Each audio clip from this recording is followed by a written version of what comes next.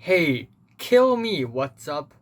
I slept for 4.5 hours this morning, and then after that, I did an online mathematics exam for 4.5 hours straight, also 4.5.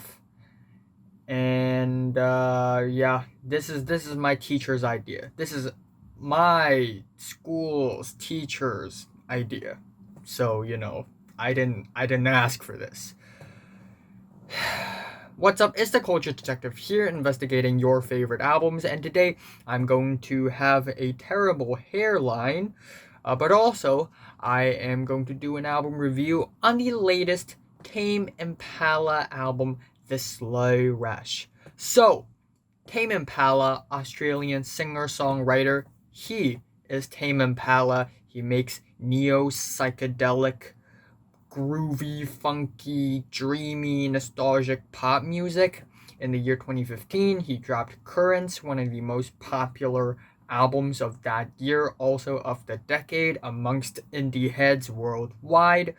And I have to admit, Currents is a pretty damn good album. It's not perfect, yes, but still I enjoy a majority of it. I think the album has a lot of beautiful, dreamy, nostalgic songs that are both melodic and compelling and engaging.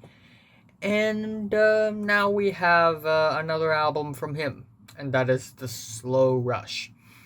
And this album is actually pretty similar with Currents in that we get a collection of very ethereal, wavy, synthy, dreamy, psych pop songs.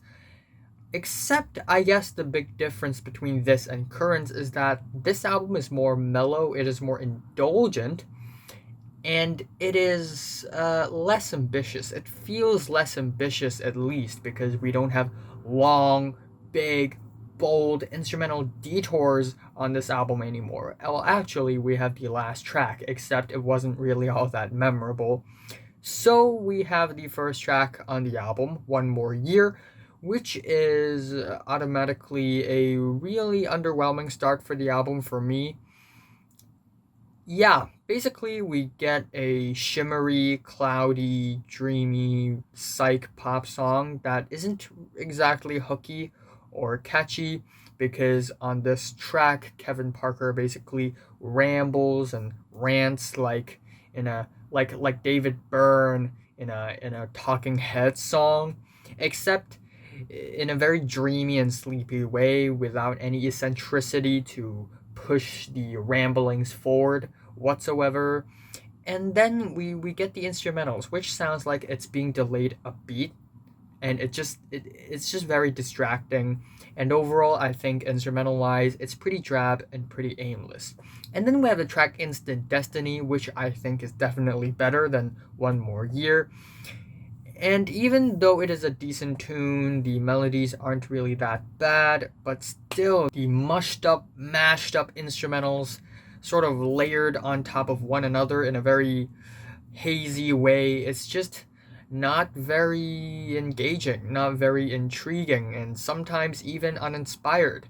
And it is not rough and raw and bold and dizzying enough to be shoegazy, yet it is not rhythmic or clear enough to be groovy. So it's just kind of in the middle, and it's kind of in an awkward position. And then we have the track Borderline, one of the lead up singles to the album, and this is one of the best songs on the album, in my opinion. I don't think it is the.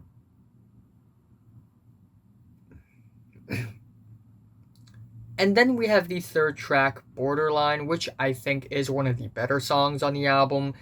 First of all, the song is extremely catchy, it's hooky. The tone and style of the song reminds me a lot of Gorillaz, except the chord progression is 10 times more. And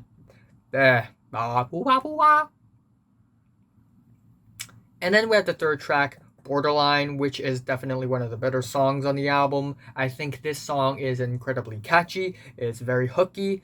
It kind of reminds me of a Gorillaz song because it is similar in tone and style, except the chord progressions on this track are way more nostalgic. I also really like the 80s disco esque keyboards, and overall, it's a really solid song.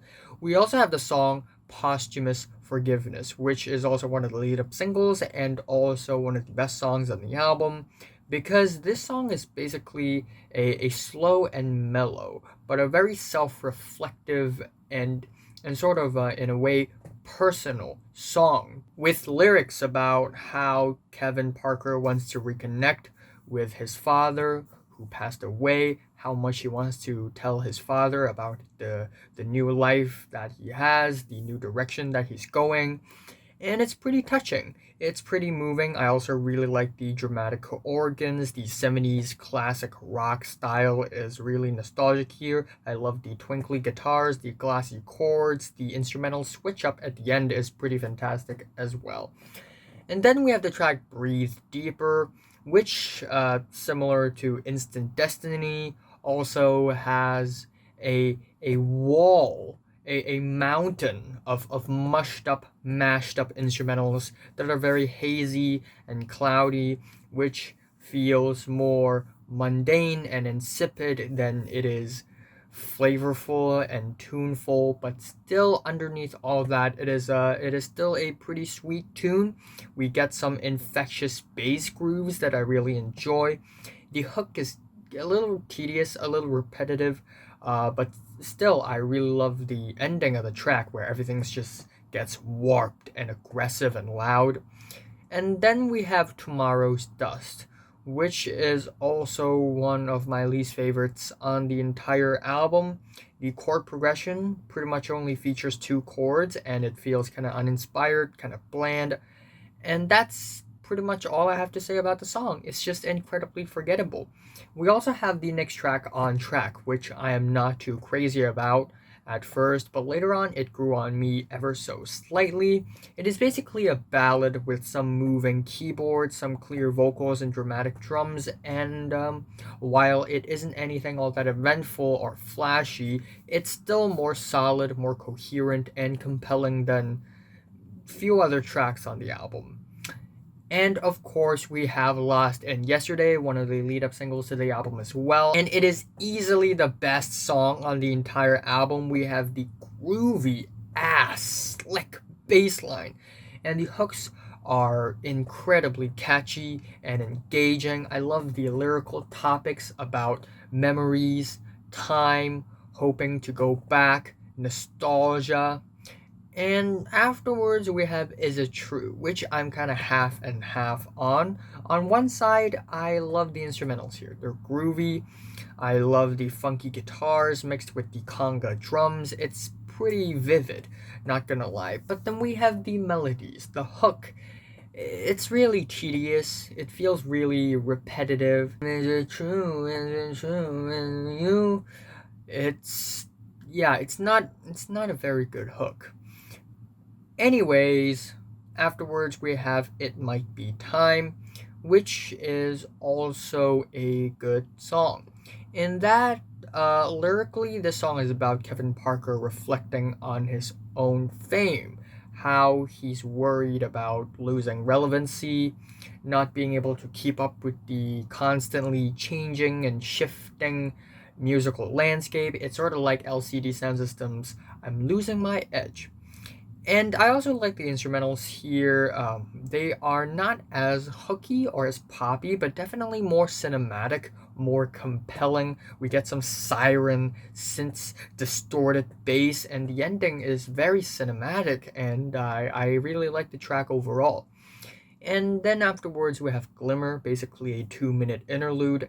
And even though it isn't one of the more memorable interludes I've listened to lately, it is still not that bad. I like the drumming on this track. This track overall is pretty coherent. I don't care for the audio clips. The apparently it's from a podcast. This crank it up, little audio clip at the beginning. But still, it's not a bad interlude. Not great as well. It's okay. And then at the end, we have a 7 minute long grand finish with one more hour. Yeah. You know, I wish this track would be a multifaceted, ambitious, colorful, experimental track, but really it is anything but anything I've just mentioned. It is a pretty loosely arranged track. The instrumentals are buried 7 feet deep. Everything's super mashed up and mushy, and not in a good way. And this is the most mushy of all the mushy on the entire album. We get some bass here, which is loud and buzzy and progressive, but it's sort of standing in the middle of these all this sea of mushed up, wavy, dreamy, hazy, cloudy instrumentals, and it just doesn't do anything at all. So I am kind of disappointed by the ending. So yeah, while overall I think there are several good songs on the album, but still it's just not as good as expected. I just wish that Tame Impala or Kevin Parker would go to a more clear direction with more clear instrumentals this time, or if he wants to move further into the hazy, cloudy instrumentals, he should just go shoegaze. Why not? But still, that being said, some hooks here are not really all that well written. Some chord progressions here are a little bland, a little insipid, and lyrically, I think it's pretty good. But overall, not that solid of an album. I think my favorite track here is Lost in Yesterday, and my least favorite is the album opener One More Year. I am giving Tame Impala's The Slow Rush a strong 6 to a light 7 out of 10. So, have you listened to the new Tame Impala album? From 1 to 10, how much did you rate it? Like if you liked it, and subscribe if you want more, and thanks for watching. Also, I will be reviewing the latest Justin Bieber album, the latest Tricot, Loathe, Denzel Curry and Kenny Beats, Kesha, Megan Trainor, Lil Wayne. I'll talk about HMLTD, Grimes, if possible, Destroyer, and also that jazz spoken word album that everybody's crazy about. So, yeah.